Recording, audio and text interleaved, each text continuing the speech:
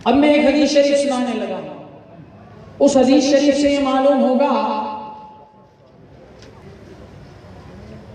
اب اللہ کے ولی جو ہیں، ہم اور آپ عام انسان ہیں، ہم اور آپ عام انسان ہیں، ہمارے اور اولیاء کے درمیان بہت فرق ہے، ان کے مرتبوں میں، ان کے درجات میں انتہائی تفاوت ہے، بہت فرق ہے۔ کیوں؟ اللہ تبارک و تعالی جل شانہ نے ان کو اپنا خاص قرب عطا فرمایا ہے، اللہ تبارک و تعالی جل شانہ نے ان کو اپنی بارگاہ کی حاضری سے مشرف فرمایا ہے۔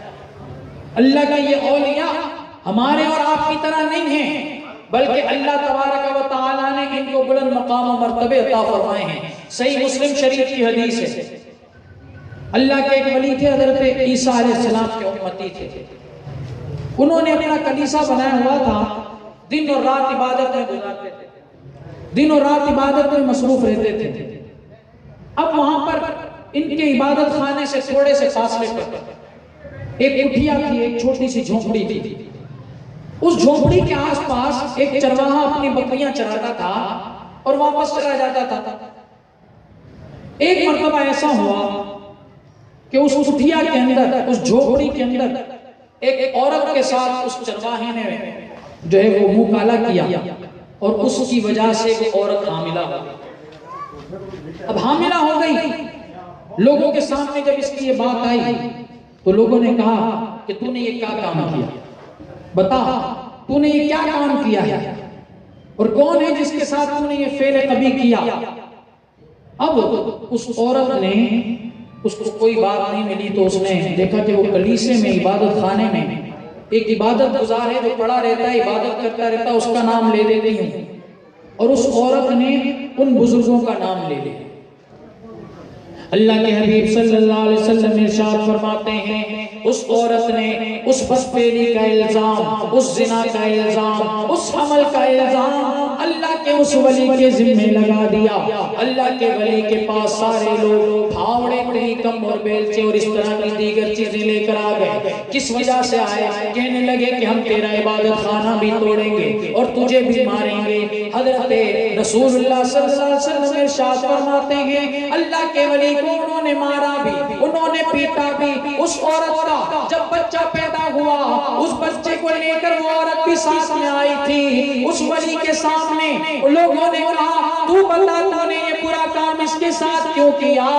اس ولی نے اپنی زبان سے کچھ نہیں کہا، بلکہ اس گود میں اٹھائے ہوئے بچے کی طرف آنکھ سے اشارہ کر دیا۔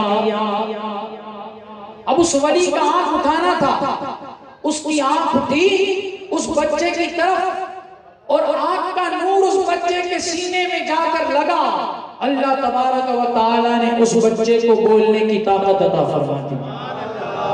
وہ بچہ بولنے لگا، اور اس بچے نے جب بولنے کی طاقت پائی تو اللہ کے ولی نے کہا، اس بچے سے پوچھو کہ اس کا باپ میں ہوں یا کوئی اور ہے۔ اس بچے کی طرف جب اشارہ کیا گیا، لوگوں نے کہا، بھلا یہ بچہ کیسے بول سکتا ہے؟ آپ نے فرمایا، میں اللہ تبارک و تعالیٰ کا بندہ ہوں، اللہ تبارک و تعالیٰ میری برات کے لیے اس بچے سے بھی کلام فرمائے گا۔ اس بچے نے اسی وقت فصیح زبان میں لوگوں کے سامنے کلام کرنا شروع کر دیا، اور بتایا کہ یہ اللہ کا ولی ہے، یہ عبادت گزار ہے، یہ میرا باپ نہیں ہے، میری ماں نے فلاں مرد کے ساتھ اپنا منہ کالا کیا تھا اور میں اسی کی اولاد ہوں۔ اللہ کے ولی کا مقام معلوم ہوا کہ دنیا میں اگر اللہ کا ولی اس پر کوئی معاملہ آ جائے اور لوگ اگر اس کی طرف کسی الزام کو ڈالیں تو اللہ تبارک و تعالیٰ اس کی برات کے لیے کیا کرتا ہے؟ بچے سے بھی کلام کروا دیتا ہے۔ یہ عادت کے خلاف ہے، یہ فطرت کے خلاف ہے۔ شارحین حدیث فرماتے ہیں کہ 9 بچوں نے گود میں یا جھولے میں کلام کیا ہے، ان میں ایک حضرت عیسیٰ بھی ہے اور دوسرا یہ بچہ ہے۔ یہ حضرت عیسیٰ کے امتی کی ولایت کی گواہی اس بچے نے اپنی ماں کے گود میں دی۔